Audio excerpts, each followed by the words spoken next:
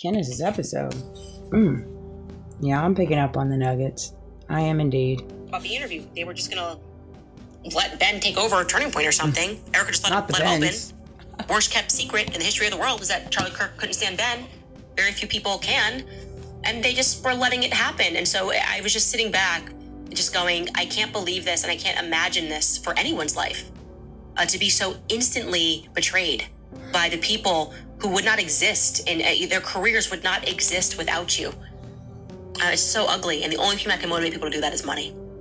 The only thing that can motivate people to do that is money. A lot of money. And that's what I believe that a lot of these people are motivated by. That's what they're doing. They prove that. They do prove it. Check. Okay, I don't care if he hated you. You can speak. That's fine. They do prove it. They do prove it. They always prove it. They tell on themselves. Even when you don't want to see it. Even when you don't want to see it. They still tell on themselves. It's hard. It's extremely hard. That's why, when it comes to me and my walk and my path and my journey and all the narrations and all the stories and all the players and all the plots and all the illusions and all the attacks and just everything. It's one of those things where it's like, I know what I've had to walk through. I know how much pain I've endured. Why in the world would I want to pour that back into the world? Why? Why would I want anybody to go through anything that I have went through? Oh, because being vengeful, being envious, being somebody that runs on their ego, being someone that is driven by money, being someone that is being driven by a corrupt heart and a corrupt mind? No, absolutely not. Because then I would be just like them. Do you think God puts us all on this earth so we can then turn out to act like the devil? Turn out and act like evil? You think he plops us all on the earth and is like, hey, I want you to all end up turning out like the devil? Absolutely not. That doesn't even make logical sense. It doesn't even make logical sense. But what he did know was that we are going to be put in a world surrounded by evil, because evil resides everywhere. Evil is in the reality, right? Even evil can be in your consciousness if you allow it. If you allow it. It is a daily grind every single day to not allow it to eat you up. That is the world that they have constructed. They constructed it precisely for that reason, because they know when you tap into your consciousness, they know the power that resides inside of you and the capabilities that you have. I'm a walking testament of that.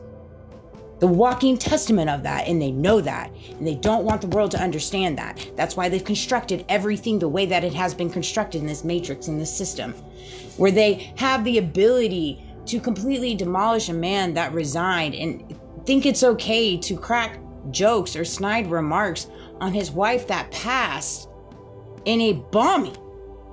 And that comes from the President of the United States, and think that that's okay. It's absolutely ludicrous. It's absolutely ludicrous, but it just goes to show you how these people are operating outside of their mind, outside of their heart. They're truly operating, golly, I don't even know. I mean, fill in the blanks. Fill in the blanks for whatever you believe and whatever resonates for you. You just have to get to that place.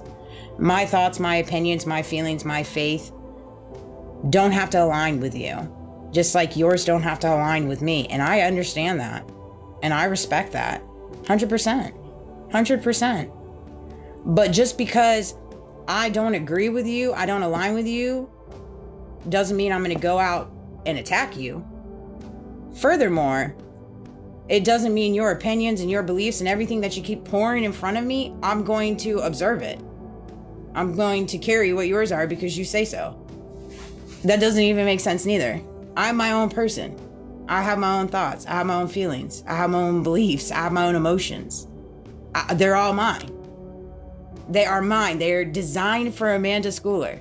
They're not designed for everybody else. Okay? And so we have to get to a place of understanding that. But you also have to recognize that there is no gray area between what is right and wrong. We skew on it. We dance on it. Every single one of us in different ways. You know, until you get to a place where you're strong enough to fight the daily battle, to always choose right to the best of your abilities, you're always going to be dancing with your soul. You're always going to be dancing with it. If you're one of those people that, you know, puts materialism over your family, if you put money over people in general, just humanity, you're going to be dancing with your soul for a long time. You just are. We can see that on the full front. And they're all dancing. They're dancing with their soul. They just are. And that's where you've got the chaos. That's why you've got these distractions. That's why you've got these manipulations. You have all the psyops rolling out. You have all these bots. You have all these talking points. Like freaking, whatever. I couldn't even finish Blake Neff and Andrew Kovac speaking. You could totally tell he was looking at a monitor and hitting the points. That was just absolutely ludicrous. But they have no integrity. These people do not operate in integrity. That is the biggest problem in this world.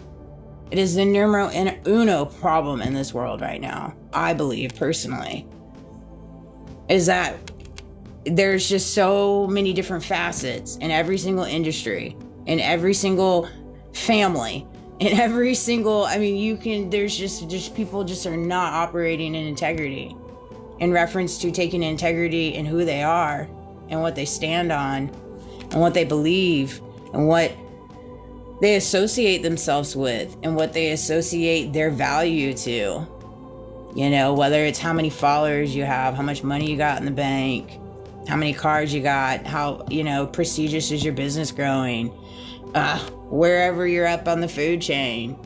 You know, you can fill in the blanks, and it's one of those things that, like, it's an everyday battle.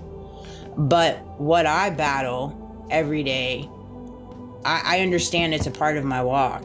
I understand I've had countless conversations with God in regards to the trajectory of all of this. And God gives his strongest battles to his strongest warriors. He just does. And so if you find yourself on the fence, because I don't feel like my battle is any stronger than many out there that I know are battling so much right now.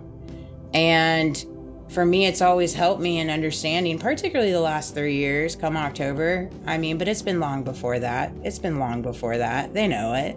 I know it too. That it's all designed for this mere moment. This mere moment right now that everybody's walking through, everybody's feeling. And you're feeling the heat how you're supposed to feel it. You just are. Why are you feeling it the way that you're supposed to feel it? Because you played your cards.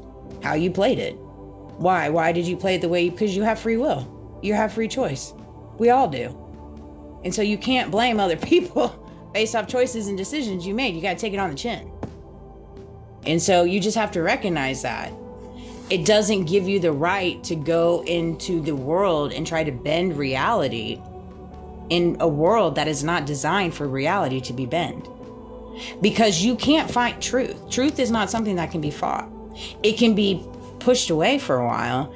It can be diverted. It can be manipulated. It can be reconstructed. It can be, but at the end of the day, truth still exists. It's an everlasting thing. Just like the truth in recognizing what Jesus Christ did on the cross and recognizing that Jesus Christ is king. No one else is king. We have a lot of people in this world that believe otherwise, and they're entitled to believe that. But at the reality is the truth is still the truth. And you can see that now on the makeup of it. And we've just been so brainwashed to think a certain way when it comes to how you move and operate in your faith, how you consider yourself a spiritual person. But for me, I mean, mine is the line is drawn. I mean, love thy brother, love thy sister. Do unto others as you want done to you. Love freely, forgive. Move and operate in knowing what you carry inside yourself, no matter if you've got the whole world on your back. Understand what you carry inside of you. And that's enough for me. That's an absolute enough for me. And it was enough for Charlie. That's why Charlie knew that his death was coming. And he was completely ready for it. Completely ready for it. He was. He had no fear in the world.